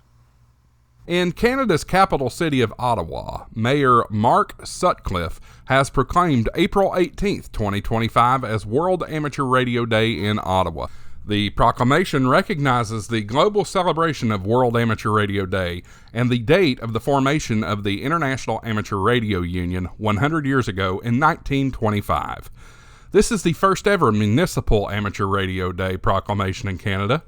The proclamation also recognizes amateur radio's contributions to the advancement of Canadian communications technologies and the hundreds of local amateur radio operators who volunteer in supporting community events, search and rescue operations, public safety, and emergency preparedness. The Ottawa Amateur Radio Club will be collaborating with West Charlottetown Disaster Relief to operate portable amateur radio stations at several locations as public demonstrations how amateur radio can be used to connect communities together, especially during an emergency or natural disaster. Radio Amateurs of Canada will be hosting Get on the Air on World Amateur Radio Day on April 18th, an event that encourages amateur radio operators to get on the air and contact as many RAC stations as possible. The local clubs are very excited to have this proclamation increase awareness of amateur radio in Canada's National Capital Region. ARRL ham radio open houses are happening all over the Western Hemisphere, and more dates are being added each week. Here, with all the details, is John Ross, Kilo Delta 8, India Delta Juliet, who files this report from League headquarters. April 18th is World Amateur Radio Day, and this year celebrates 100 years since the International Amateur Radio Union was founded in Paris. ARRL founding president Hiram Percy Maxim served as the first president of IARU, and ARRL still serves as the international secretariat for the global organization. Amateur radio was truly remarkable 100 years ago. Anyone could communicate around the planet. The world was suddenly within reach of anyone who would seek to learn about radio. Much as the marvel of the airways was cutting edge then, so too are the technologies being developed and enjoyed by hams today. ARRL Ham Radio Open House events provide an opportunity to connect the public with that story of modern technology. It allows them to see firsthand how ham radio is a pathway to careers for the next generation of technology leaders. There are some interesting sites hosting ARRL Ham Radio Open Houses events. The Vintage Radio and Communication Museum, W1VCM in Windsor, Connecticut, will welcome guests to theirs on April 18th. The museum is host to exhibits that show off the developments in communications through the decades from 1800s to the late 20th century. Many of the volunteers at the museum are active hams and are ready to relay how foundational evolution of gear and technology was the modern digital amateur radio landscape. New England SciTech in Natick, Massachusetts, W1STR is hosting an open house also on April 18th. This Makerspace Workshop and Science Center engages young people with outreach programs and gets members of the public hands-on with many science, technology, and engineering and mathematics STEM projects. They have an active amateur radio clubs among all of the excitement. On the other end of North America, the Arctic Amateur Radio Experimenters, KL7EX, will be hosting an open house in Fairbanks, Alaska. Find a site near you, or just list your club's ARRL Ham Radio Open House at www.arrl.org/open-house. I'm John Ross, KD8I DJ. Throughout the entire month of April, radio clubs, schools, and even museums are opening their doors to help introduce the public to amateur radio. They will show off their ham radio stations, demonstrating the technology and innovation enjoyed by radio amateurs today. Some of the open houses will take place on April 18th, World Amateur Radio Day, which this year marks 100 years since the International Amateur Radio Union was founded in Paris, France. The IARU has declared the theme of this year's celebration, entering the next century of amateur radio communications and innovation. Although the theme of the anniversary is forward-looking, the IARU urged hams to appreciate the gains made in previous decades, too. A message on its webpage noted that this is a time to reflect on our achievements. To find a site near you or list your club's ARRL Ham Radio Open House, go to www.arrl.org/open-house. There's an effort underway to save some of Marconi's original towers, and an online poll is open for people to vote on it being a restoration project through the next Great Save project from the National Trust for Canada. Some of Marconi's first messages were received and transmitted using the Battle Harbor Marconi Towers, thought to be the last of their kind standing in North America. News of Admiral Robert Peary's 1909 North Pole expedition was transmitted by these towers. After 100 years, the twin towers are in need of repair. To honor 150 years since Marconi's birth, there are a number of events planned around the world to observe Marconi's birthday and International Marconi Day. In the United States, from the port of Baltimore, Maryland, the nuclear ship Savannah Amateur Radio Club will operate Kilo 3 Sierra on April 26th from 1330 to 2100 UTC. Check spotting networks for frequency. Finally, the Great South Bay Amateur Radio Club in Babylon, New York will operate Whiskey 2 Golf Sierra Bravo from the Babylon Village Historical Society Museum for Marconi Day on April 26th from 1300 to 2030 UTC. Frequencies include 28.340, 21.250, 14.246, and 7.245 megahertz. The annual Armed Forces Day Crossband Test, hosted by the Department of Defense, is scheduled for Saturday, May 10th of 2025. The event will test two-way communications between military stations and amateur radio operators, as authorized by the Federal Communications Commission in Title 47 of the Code, Federal Regulations 47 CFR 97.111. The tests provide opportunities and challenges for operators to test their individual technical skills in a controlled scenario that will not impact public or private communications. The annual Department of Defense message will be transmitted via RTTY on 14.667 kilohertz at 1400 and 2000 UTC. Military stations will transmit on the selected military frequencies and announce the specific amateur radio service frequencies that will be monitored. All scheduled times are in UTC, and all scheduled frequencies will be upper sideband unless otherwise noted. For more than 50 years, military and amateur stations have taken part in this event. Information on frequencies, times, and other technical information can be found at DoD Mars Armed Forces Day. A QSL card will be available in May after the test at www.usarmymars.org/home. Amateur radio has provided the inspiration for a new initiative within the Resilient Communications Program at the U.S. Naval Undersea Warfare Center Division in the state of Washington. Organizers are working to use ham radio's reliability as the backup for its emergency communications when there are disruptions to the internet, computer function, or mobile phone services. The division's Director of Innovation in Keyport said that the program embraces the technology of ham radio for this purpose and will be establishing a network of licensed hams to make use of amateur radio frequencies when the need arises. Organizers have also been encouraging nearby naval bases to join in the effort. The Keyport team is reaching beyond the military, too. Everyone needs an Elmer, so organizers have contacted local ham radio clubs as well as emergency responders to help with training the new operators to grow the network. Some members of the team have already obtained their GMRS license for general mobile radio service, but acknowledge that the next step is the FCC's technician test to become a ham. We pause for stations along the network to identify. We are This Week in Amateur Radio, available as a stream to your favorite digital device on Spotify, TuneIn.com, Overcast, iHeartMedia, and wherever you download your podcasts.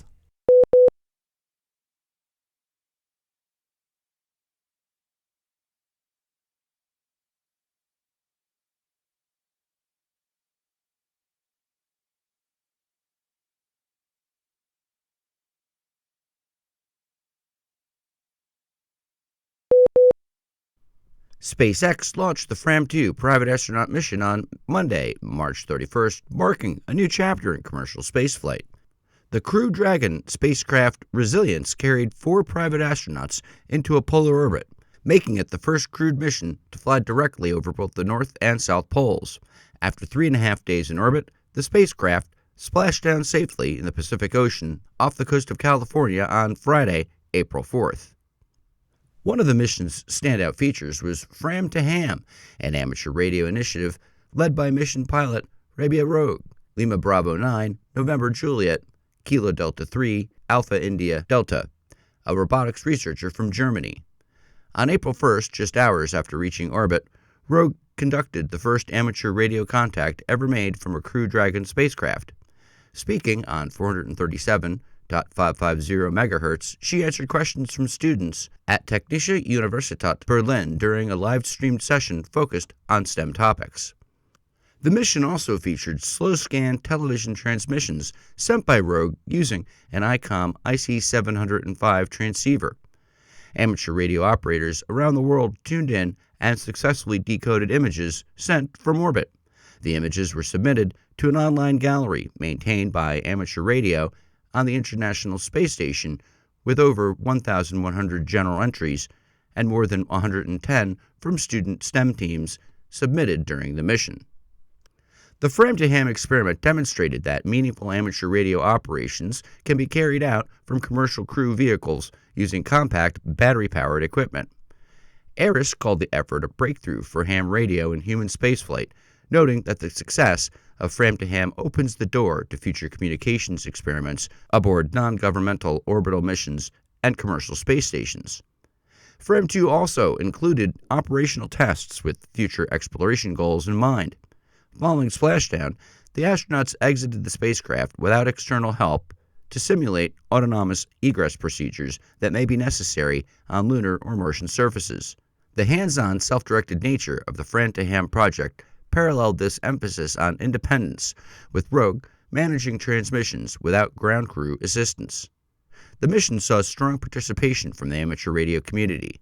The live Oscar status page on the AMSAT website received a record 496 reception reports during the mission, more observations than any other spacecraft in a 4-day period since the page's inception. Although several operators attempted to receive signals during the re-entry phase, none succeeded as the capsule entered a plasma blackout.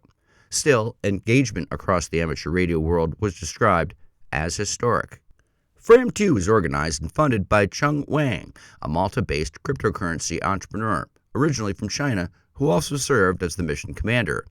He was joined by Rogue Norwegian cinematographer Jannik Mikkelsen as vehicle commander and Australian polar explorer Eric Phillips as mission specialist and medical officer.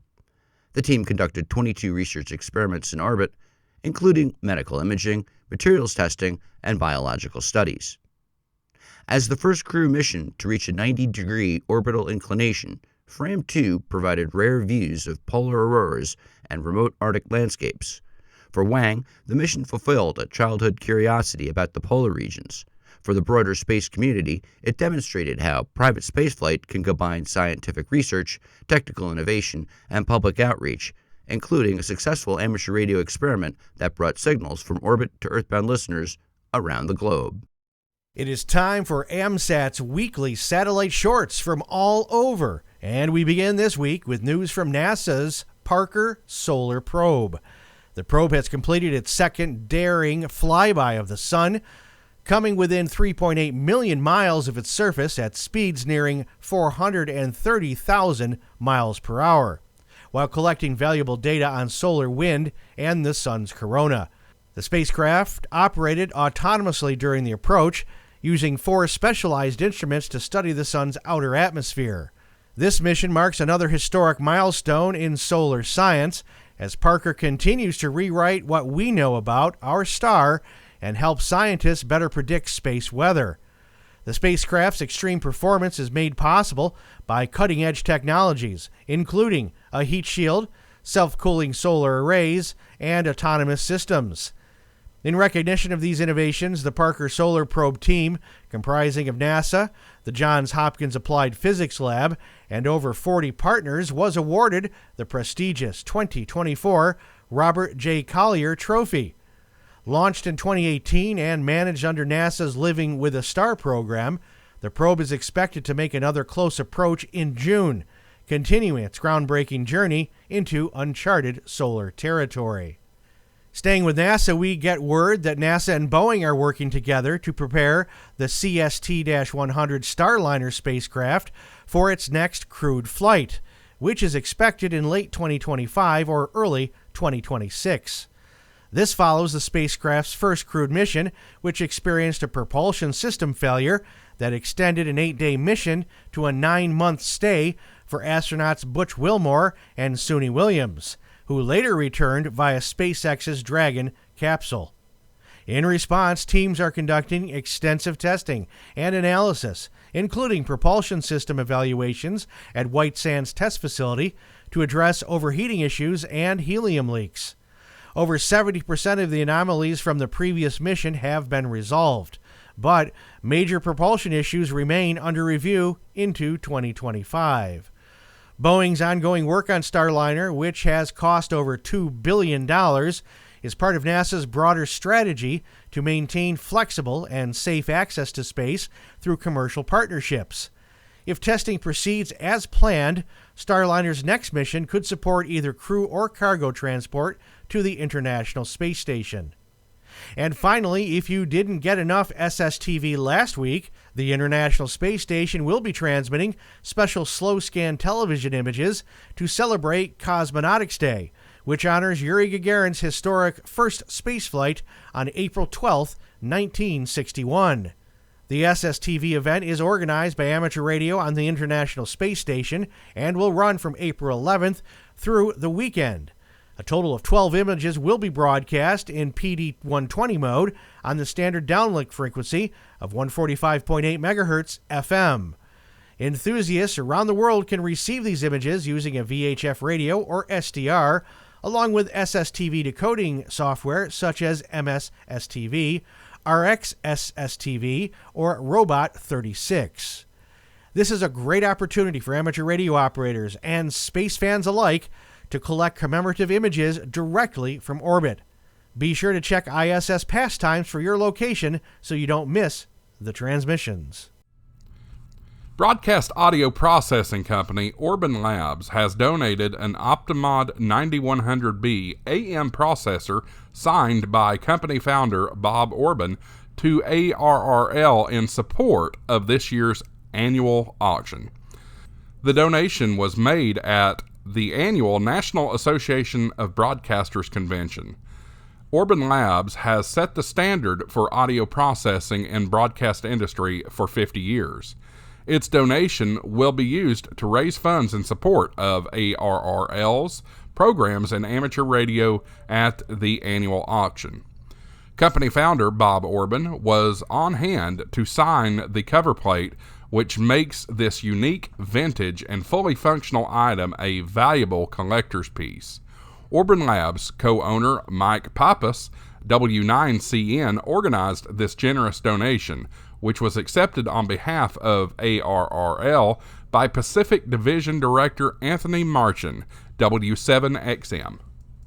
HAMSci, Ham Radio Science Citizen Investigation, is preparing now for a series of meteor scatter experiments later this year and need amateur radio operators to help. While the target storms are in August with the Perseids and December with the Geminids, preparation and testing is already underway. This is a combination special event and a contest to generate contact data during media scatter events using 10 meters and 6 meters. 2025 contest rules will be released shortly. To be successful, this effort needs operators, both active and passive. Operators are needed to be active, as in calling CQ on MSK 144, or passive, if possible, reporting via PSK Reporter as monitors. The best times are early morning hours prior to 10-meter opening to F2 propagation. Meteor scatter propagation occurs well below F2 and is supported in or near the E layer, where the meteor ionization tracks occur. Saturday mornings are being used regularly to announce and coordinate 10-meter contacts using Ping Jockey Central. Announcements are also made on the Front Range 6-meter groups.io due to the substantial number of meteor scatter operators in that group. The upcoming April Lyrid shower is an excellent time to set up your equipment and join with other operators preparing for the events later this year. If you do not have the time to be active, at least set up passive reporting. PSK Reporter currently has scarce 10-meter MSK 144 monitors, so we need to increase these numbers during the early morning hours. Eventually, the HAMSci team will be collecting operator contact information, but for now, all that is required is for participants to report through PSK Reporter. For more information on the operating guidelines for the activity, please visit Meteor Scatter QSO Party Guidelines in the HAMSci webpage, www.hamsci.org, where you can also subscribe to their mailing list.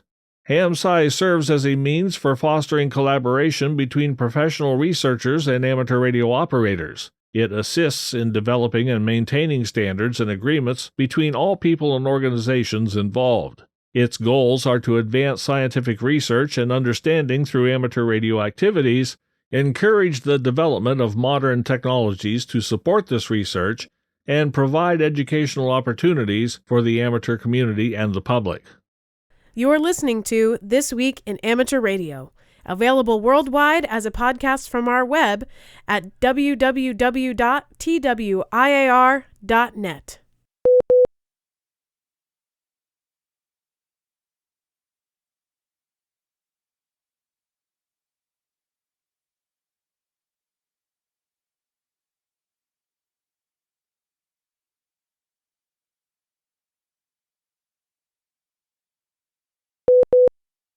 Tad Cook, K7RA, has received the ARRL's President's Award. ARRL Northwestern Division Director Mark Tharp, KB7HDX, presented the award to Cook on March 8, 2025, for 36 years of service to the ARRL writing the weekly W1AW propagation forecast bulletin. Cook also wrote the K7RA solar update for the ARRL letter. He retired in January of 2025, citing a recent ALS diagnosis preventing him from continuing. He is genuinely a good person, said Tharp, who noted the award was a complete surprise to Cook. One of the happiest moments of Cook's many years as a radio amateur was getting on the air when he was 11 years old and making his first QSO on a Heathkit DX20 with a non-working VFO. He was inspired to become a ham by a pair of Boy Scout brothers working on their Morse code badge, and from watching them get on the air, making a QSO to Oregon, several hundred miles away. ARRL letter editor John Ross, KD8 IDJ, worked with Cook for 4 years. Early every Friday morning, we would work together to make sure his report for the ARRL letter was on time and the way he wanted it to read, said Ross. Sometimes I think Tad knows more about the sun than the sun. Watch for the full story in an upcoming issue of QST magazine. The inaugural flight of Isar Aerospace's Spectrum rocket ended just 40 seconds after liftoff on Sunday, March 30, with the vehicle crashing into the sea off Norway's Andøya spaceport. The rocket, intended to be the first orbital-class launcher developed by a private European company, lost control shortly after takeoff and triggered its flight termination system before plummeting into the Arctic waters in a fiery explosion. Isar Aerospace officials acknowledged the failure but emphasized the value of the flight. Today we know twice as much about our launch system as yesterday before the launch, said Daniel Mertzler, Isar's co-founder and CEO. The company released multiple replays of the short flight, including a drone-captured video, underscoring a level of transparency uncommon in the space launch industry. Mertzler praised the team's achievements, praising the test as a crucial step forward in a long-term development process.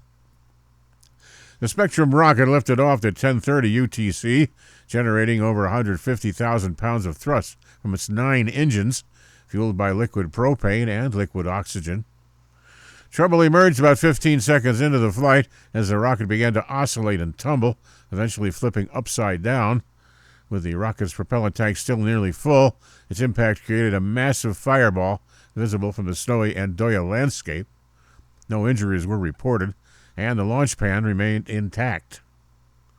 The mission carried no commercial payload, a deliberate decision given the anticipated risk. The goal was to gather performance data during Spectrum's first powered flight. Officials at Isar Aerospace had long signaled that the reaching of orbit on the first attempt was unlikely, but by preserving the launch site and capturing valuable telemetry, the company achieved what it described as a successful test, despite the dramatic conclusion.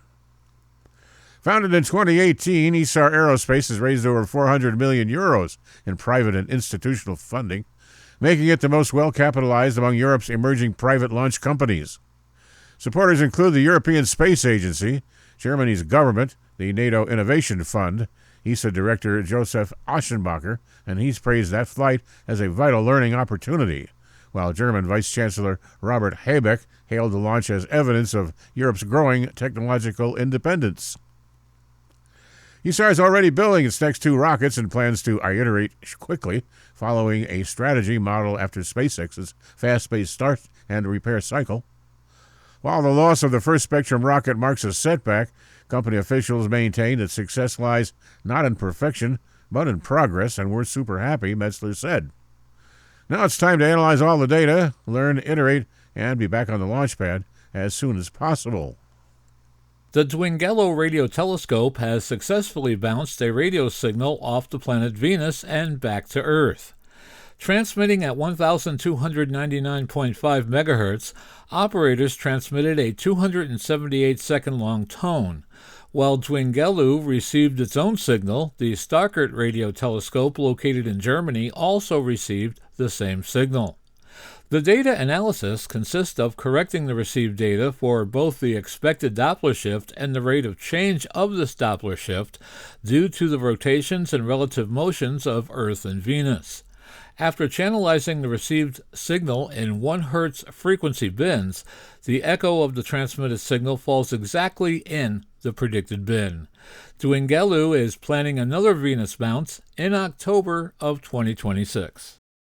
2025 is a big year for meteor scatter experiments to be conducted by HAMSCI during the Perseids shower in August and the Geminids shower in December. For hams who are hoping to participate in either or both of the meteor scatter QSO parties taking place during those events, there's important work to be done this month.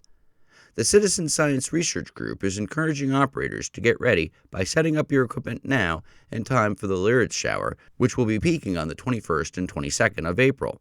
The days before and after those dates are also expected to provide good opportunities to take advantage of meteor scatter. Radio operators may participate either actively by calling CQ or passively by monitoring and reporting. Operators may use MSK 144 within the WSJTX software on both 10 and 6 meters. SWLs and hams may also participate passively by monitoring via PSK Reporter to send in their findings. The possibilities are endless in amateur radio, and so are the new books in the newest collection on the shelves of the Great Falls Public Library and other public libraries in Montana. The books were donated by the Great Falls Masonic Amateur Radio Club, which received a grant from the ARRL to provide library patrons with study guides for the Technician, General, and Amateur Extra exams administered by the FCC. John Ross, KD7HKF, the club's vice president, said the Great Falls Library's bookmobile will also carry a set of books. The ARRL grant has also funded collections of books for Montana's Cascade Library, Fairfield Library, and the library at the Malmstrom Air Force Base. Meanwhile, the library and the club have agreed that ham radio orientation sessions will be held at the Great Falls Library if enough community members are inspired to learn even more. The relationship between amateur radio clubs and libraries in the United States is a strong one. Previous such gifts of books have occurred at other libraries around the United States, including the Jackson Amateur Radio Club, which donated books last year to the Madison County Public Library System in Mississippi, and the Cowley County Amateur Radio Club, which made a similar donation earlier this year to the Arkansas City Public Library. The names included in the CQ Amateur Radio Hall of Fame represent the best of the best that ham radio has had to offer through the years. Originated by CQ Magazine, the Hall of Fame is now overseen by Ham Gallery, which selects amateurs with impressive personal operating records as well as achievements that have enhanced the lives and experiences of their fellow amateur radio operators. Inductees may be living or silent keys, and they are chosen via nomination. The nominating window is drawing to a close. You have until April 15th to submit the names of your nominees to Tom Roscoe, Kilo 8 Charlie X-Ray, using email address kilo8charlieXray@hamgallery.com. Ham Gallery is one word. Notifications will be sent out by April 30th as to whether the nomination was accepted or not. The DXCC desk of the ARRL has determined that contacts made with the SVIGA/A team at Mount Athos this past January meet the criteria for counting towards the DXCC award program. The ARRL made the announcement on its website on Friday, April 4th. DX chasers had been waiting to hear whether their QSOs countered ever since the team's planned 10-day operation were quickly and unexpectedly halted amid controversy. Local authorities challenged whether the hams had obtained the proper permission to be there. Mount Athos, an autonomous region covered by the monastic community in northeastern Greece, is a World Heritage Site and 28th on the Club Log Most Wanted list. The ARRL ended its announcement by saying any future operations by this team from Mount Athos will require additional documentation for securing accreditation for DXCC credit. You are listening to This Week in Amateur Radio, available to download as a podcast from anywhere on the web podcasts are available.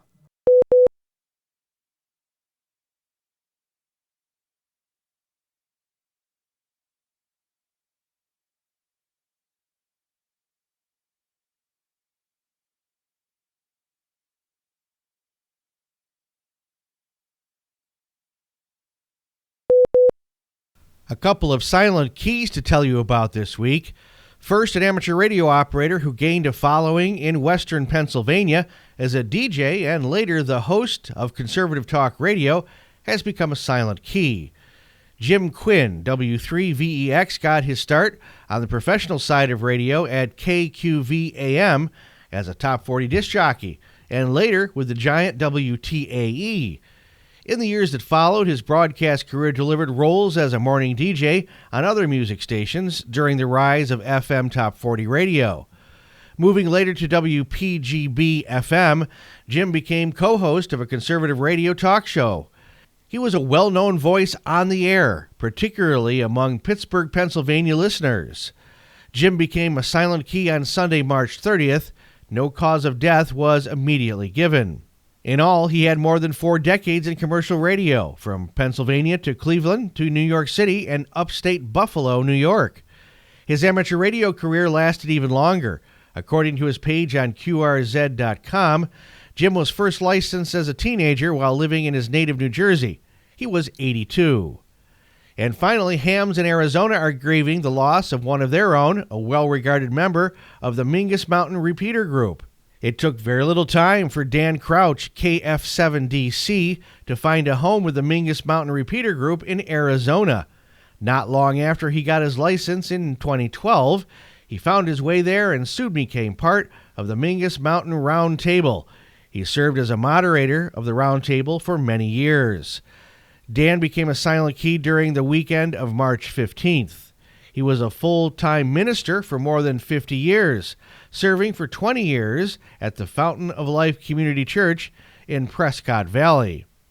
In announcing his death on Facebook, Patrick Brower, N7ATG, vice president of the Mingus Mountain Radio Group, recalled the prayers and strength Dan was able to provide for others, especially when members of the ham radio community or their families experienced a loss. A major licensee of low-power television stations across the U.S. has filed a petition for rulemaking with the FCC that would allow one of its properties to broadcast in the 3GPP-approved 5G broadcast standard.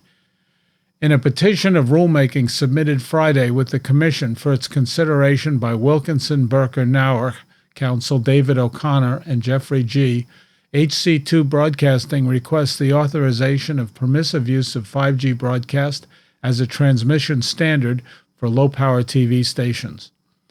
Use would be on a voluntary basis, the petition states, and would open LPTV station owners to achieve what broadcasters in Europe are moving forward with. Bringing the benefits of increased 5G services would require very few rule modifications, HC2 argues, through its WBK attorneys, adding that the rule amendments it proposes are limited to incorporating the 5G broadcast standard into the rules and authorizing its use by LPTV stations on a voluntary basis. While the proposal includes a requirement to deliver at least one free-to-air standard definition signal, with the remaining capacity available for ancillary and supplementary services, the Commission is being asked to decide whether the time has come to allow all 6 MHz of LPTV spectrum to be exclusively devoted to datacasting without the need for a free-to-air signal, given the ubiquitous nature of 5G capability devices. Indeed, HC2 is planting the seed that a requirement to carry any programming and instead focus on data delivery be considered, with the proposal purposely limited to LPTVs. The LPTV Broadcasters Association founder and head, Super Frank Kopsidis, has been a vocal supporter of 5G broadcast and a detractor of ATSC 3.0. HC2 addresses the debate of 5G broadcast versus ATSC 3.0, stating, limited 5G broadcast eligibility to LPTV stations will mitigate any impact on the rollout of ATSC 3.0 by full power and Class A TV stations. Further, the proposal, it argues, will not impact other industry partners. It argues will not impact other industry partners because the petition does not propose any mandates on TV manufacturers or any changes impacting multi-channel video programming distributor operations. HC2 concludes, for too long, broadcasters have been restricted by the Commission from making market-based decisions that will allow their businesses to be more visible and benefit the public. From a policy standpoint, the Commission should encourage market-driven innovation by allowing LPTV stations to use the 5G broadcast transmission standard on a voluntary basis if they do elect to do so, as demonstrated in this petition. The public stands to benefit from allowing LPTV stations to make that decision. Researchers are developing batteries that are made partially of paper, and the results have been showing varying degrees of promise, though none of them appear to be ready yet for portable ham radio. In France, a company called BEFC is pioneering what it considers to be a single-use, eco-friendly alternative to the small button battery that is fully compostable when the user's done with it. More of a paper-based bioenzymatic fuel cell than an actual battery, it releases energy when moisture is released and comes into contact with the sugar and enzymes that are infused into a layer of paper between the unit's carbon electrodes. Generating only 0.75 volts, it still has a long way to go before it can power more than perhaps a sensor or a medical device someday. In Singapore, researchers at the startup company Flint claim that they have a rechargeable battery in the works that'll ultimately replace lithium-ion batteries for use in grid storage and electrical vehicle power. Like the French battery, it too is designed to be compostable, and it makes use of the cellulose and paper for the transfer of ions. 10 years ago, researchers in the United States at Binghamton University in upstate New York developed what they called microbial paper-based batteries. That is, they derive their power from bacteria's metabolism. Like its French counterpart, however, the output has been deemed too low for practical use. So, the research continues. To scientists, for now, it all looks good. On paper. We pause for stations along the network to identify. We are This Week in Amateur Radio, available as a direct download on our website at www.twiar.net.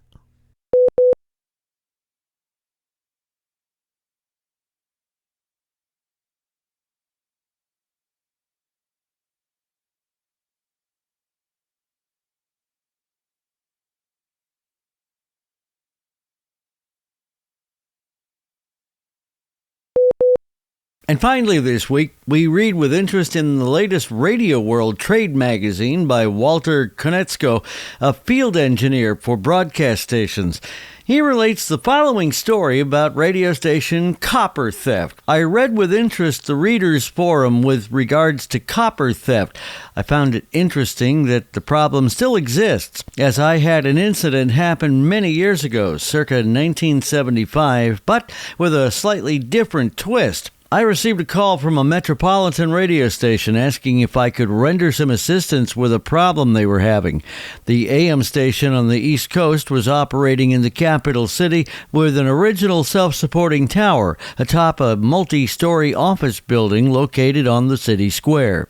Upon arriving, I was shown the 1 kW AM transmitter located in the basement. The chief engineer explained that the transmitter seemed to be operating properly, but some of the PA stage readings were different than normal. I looked over the older transmitter logs and could tell things weren't quite normal, and no amount of tuning would rectify the situation. I asked the usual questions. How long has this been going on? Any lightning strikes, burnt smells, anything out of the ordinary? No, nothing. Inside of the transmitter looked normal, no visible damage. I suggested we go to the rooftop to investigate a possible failure in the antenna tuning unit, or ATU. I met with some resistance and was told that it was very difficult to get there. Well, that's where the fun begins. We first got to the old cage elevator and rode it to the top of the elevator shaft. Upon stopping at the top, we had to open the trap door in the elevator roof, climb on top of the elevator, and open another overhead door to climb into the elevator control room. There we were, surrounded on all sides by clacking relays as the building elevator systems went about their business, all in total darkness. My guide neglected to mention that a flashlight might be helpful. We finally found a light switch to turn on the one overhead light bulb and located the outside door. Opening the door placed us on the rooftop, about 50 feet from the self-supporting tower base and the ATU, which were located in the middle of the building roof. Initially, everything looked normal until I started to walk to the ATU. I suddenly realized there were no radial ground wires on the flat roof. I could make out where they had formerly been located due to the disruption of the gravel roof coating. Well, by now you get the picture. Someone had stolen all the copper ground radials off the roof of the building. It gets a little more interesting to realize there was absolutely no other way to get on the roof other than through the elevator route that I had taken. No adjacent buildings, no fire escapes, no ladder on the outside of the building. The only remnant remaining of the grounding system was the 6-inch copper strap that ran down one side of the building to the ground below. How did they steal all the copper? Toss it off the side of the 10-story building? They certainly didn't bring it down the elevator shaft. Well, the police were notified of the theft and the new copper was ordered. The culprits were never identified or brought to justice. Just another case of you just can't make this stuff up. This Week in Amateur Radio is holding open auditions for news anchors for the weekly national worldwide amateur radio news service. If you have a good radio voice and can reliably read provided news copy, we are looking for you. This, of course, is an all-volunteer position. An amateur radio license is not required. You must have a high-quality microphone, headset mics are not used, and be familiar with audio editing software to record and edit your finished news stories before uploading. If you would like to try out for a weekly or bi-weekly anchor position with North America's premier amateur radio news on air and podcast, please send an email to our producer, George, W2XBS. You can include a sample MP3 of yourself reading news copy sent as an attachment to W2XBS77@gmail.com. That's whiskey, the number 2, X-ray Bravo Sierra 77@gmail.com. Be sure and use Anchor Audition in the subject line. Please include your phone number and a good window of time for a callback to discuss your submission and our operating logistics to see if This Week in Amateur Radio is a good fit for you. We hope to hear from you soon. This Week in Amateur Radio is heard around the world on nets and great repeater systems like our newest affiliates, the K2IWR repeater on 147.180 MHz in Cortland, New York, and the K2MST repeater on 443.150 MHz serving all of Syracuse, New York. We welcome them aboard the vast This Week in Amateur Radio network of repeaters and nets around the world. If your net or repeater carries This Week in Amateur Radio, why not let us know about it, and we'll give you a free promo here on the air. All you need to do is put all the details into an email and give us the repeater call sign, frequency, area served, and the days and times that you carry This Week in Amateur Radio, and send it off in an email to w2xbs77@gmail.com. We'd be happy to hear from you. That address once again is w2xbs77@gmail.com. We hope to hear from you real soon. Many of the news and information items heard in this edition of This Week in Amateur Radio have been provided by the American Radio Relay League, the ARRL Audio News Service, and the ARRL Letter, AMSAT, the Radio Amateurs of Canada, the Shortwave Listening Post, the Federal Communications Commission, the Radio Society of Great Britain, and Ofcom, the South African Radio League, the International Amateur Radio Union, the Wireless Institute of Australia and the Australian Communications and Media Authority, the New Zealand Association of Radio Transmitters, the Amateur Radio Newsline, the Rain Hamcast, Eric Guth, 4Z1UG and QSO Today, QRZ.com, the International Telecommunications Union, the 425DX News, Parks on the Air and the Soda Reflector, and various news sources on the Internet. With special thanks to all our weekly news sources and to you, our listeners, that wraps up this edition of This Week in Amateur Radio. If you'd like to write to us, you can find everything you need, including archive editions of the news service, at our website at twiar.net. And now, for all of us at This Week in Amateur Radio headquarters and our news team around the world, this is Chris Perrine, KB2FAF, wishing you a 73.